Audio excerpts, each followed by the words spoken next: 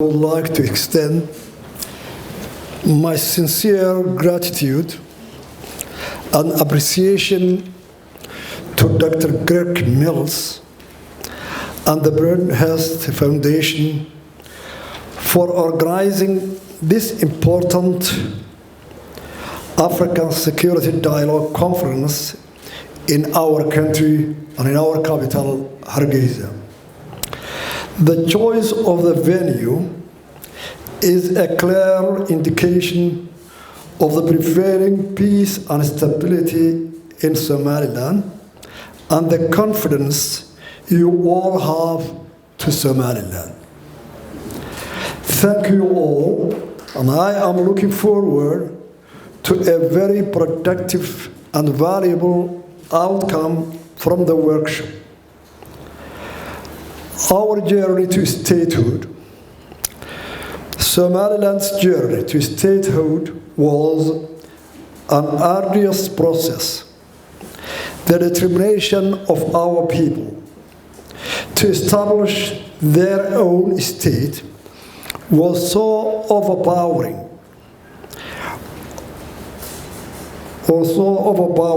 and transcended all obstacles upon the liberation of our ravaged country from the tyranny of Siad Barre. We inherited a war-ravaged country in which tens of thousands of our people had been killed, many thousands injured, and the main cities of our country, like Hargeisa, Burco, Gabile, almost entirely has been destroyed. To fully grasp the terrors and the horrors visited about our cities, just imagine and fully look to today at what's happening on Mariupol and other cities in Ukraine. Despite the infrastructure has been destroyed and Somaliland's territory extensively have been mined, millions of internally and externally displaced people were starting to return home and they needed support. During the struggle against the regime, Siad Barre, the dictator, deliberately exploited clan divisions in an effort to retain his power. There were, therefore, parties of Somaliland regions that did not support the SNM during the struggle against that regime. The people in these regions were naturally worried. Trust and confidence building was essential and held the key to get a lasting peace. So we prioritized reconciliation and peace building. Therefore, the SNM tasked the traditional leaders and elders with the responsibility to heal the rift among the Somaliland communities, who was on the opposite side of the struggle against that regime. This strategy was pursued with vigor and established the foundation upon which the peace and stability of Somaliland stands up to today. In the early days, the SNM held a series of localized peace conferences that paved the way for national meetings. In Berbera, in February 1991, that conference turned to set the scene for a larger national conference to be held in Burco in April and May 1991. These series of localized meetings were instrumental in trust building, reconciliation, and cemented peace among the people of Somaliland. It is often accepted that Somaliland has succeeded in terms of reconciliation and state building largely due to the sustained focus on resolving issues of community level before attempting to tackle issues at a national level. Communities were allowed to resolve immediate disputes and agree terms of the future discussions before moving to tackle issues on regional and then to national levels. Somaliland's reconciliation peace-building process was largely homegrown, locally financed, and organized as a result of initiatives taken by a diverse range of actors with broad support from the grassroots. At the Burco Grand Conference, all Somaliland clans, their traditional leaders, politicians, intellectuals, and businessmen participated on a voluntary basis. The funding came primarily from the Somaliland communities and diaspora, with women playing a fundamental role in fundraising. The most consequential decision reached by the Burco Conference was the restoration of Somaliland independence. The other important resolutions made by the conference included mandating given to SNM to form a government to run the country for 2 years, with its chairman, Abdurrahman Ahmed Ali, as the president, and vice chairman, Hassan Isa Jama, as vice president. The Central Committee of the SNM became the national parliament, with 30 reserved seats allocated to the Awdal and Sool region. The democratic culture of SNM, even before the liberation of the country, played an important role in its acceptance to run the country only for 2 years.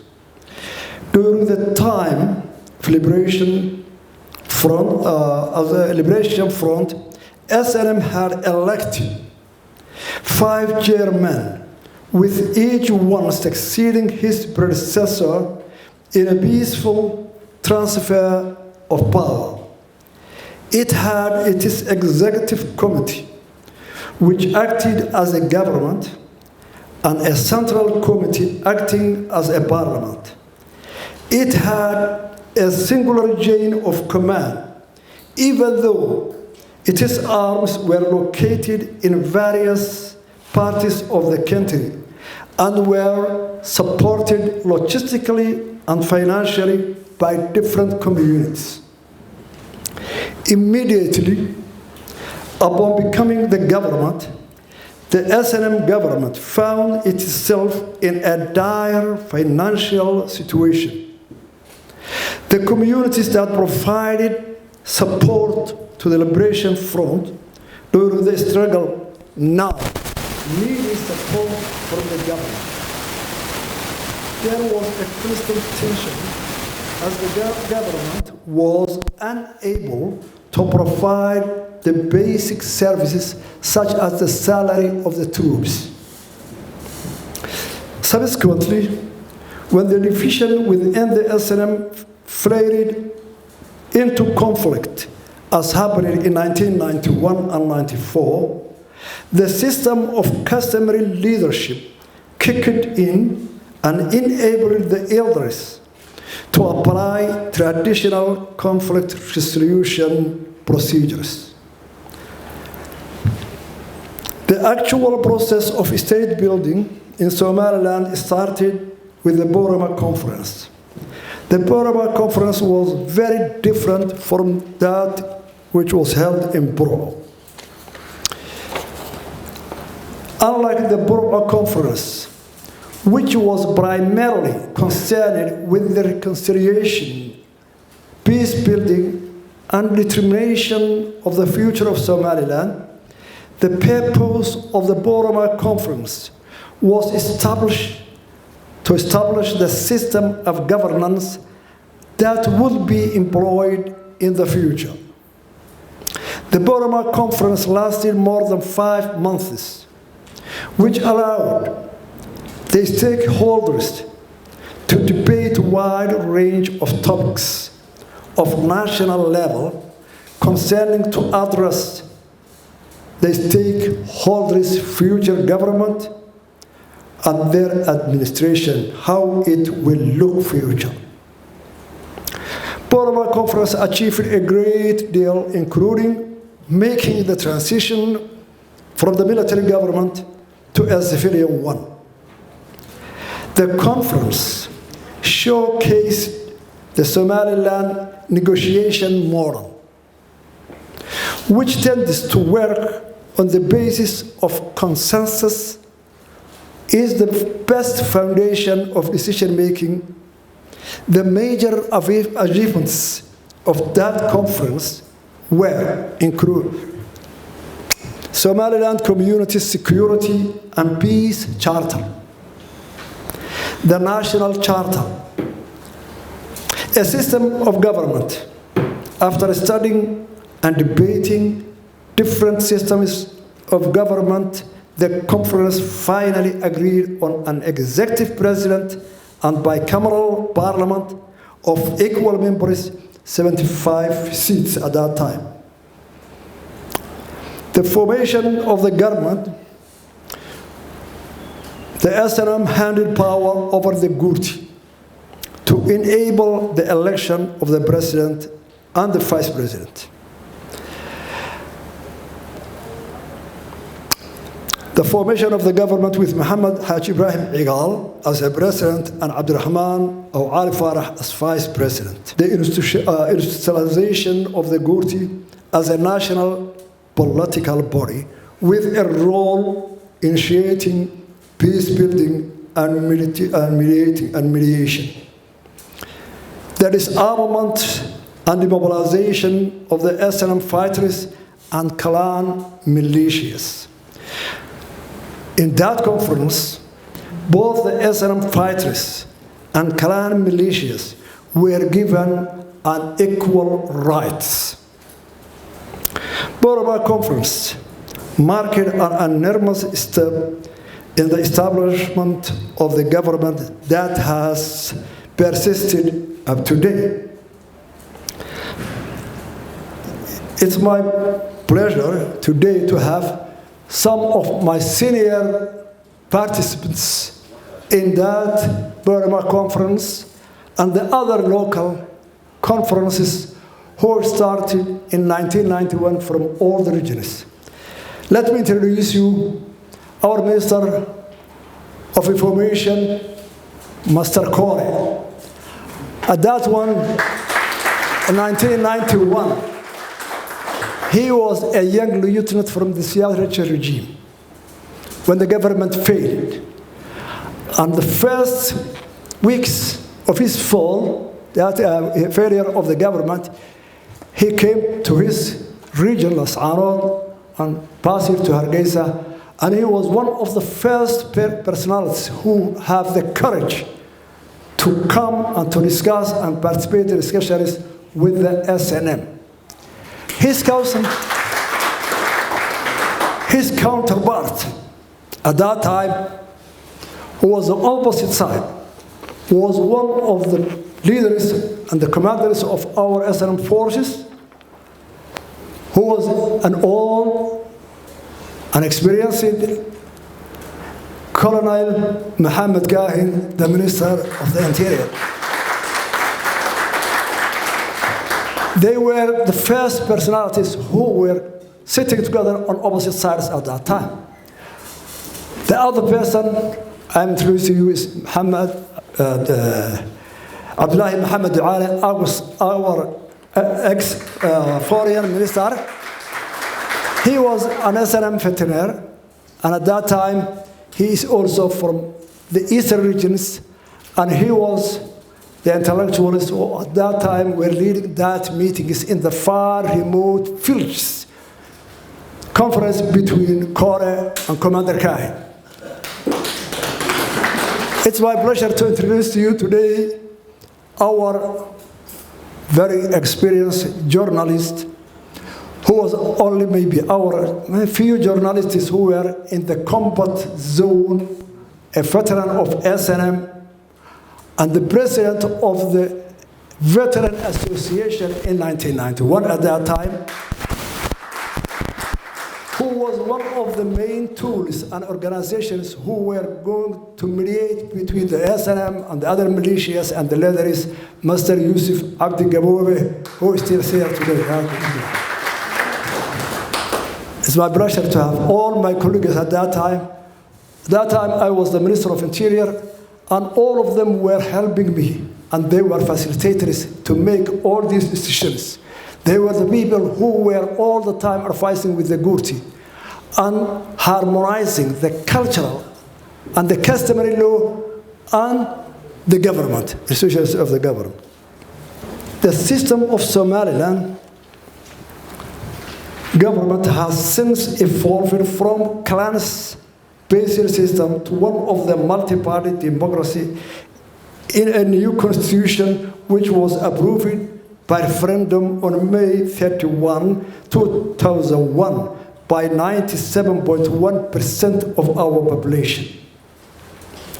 Somaliland has had 5 presidents since 1991.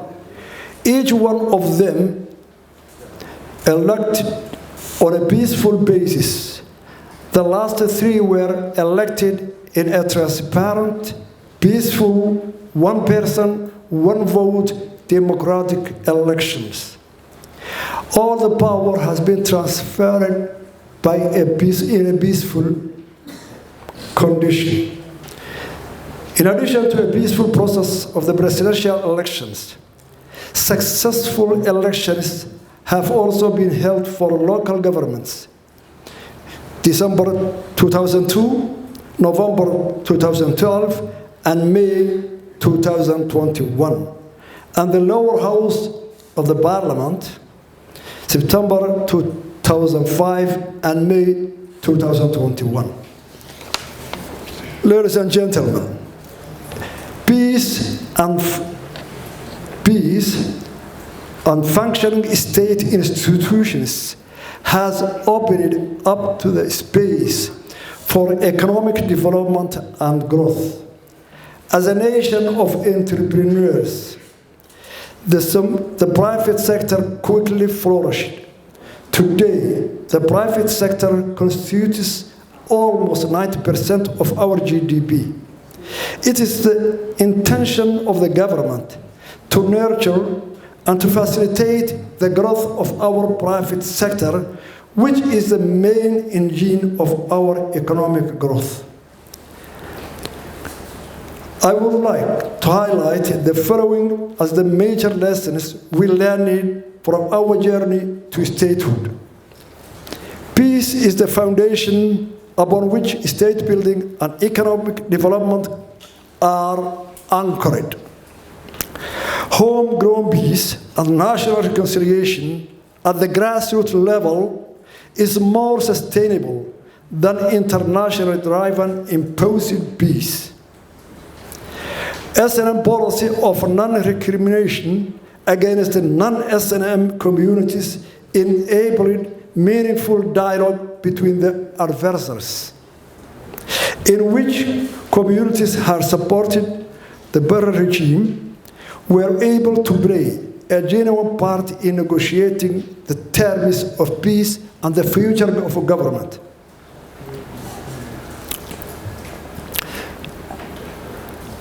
That an act of kindness, even to your enemies, is better than revenge. In a gesture of that goodwill and human decency, SNM not only allowed thousands of refugees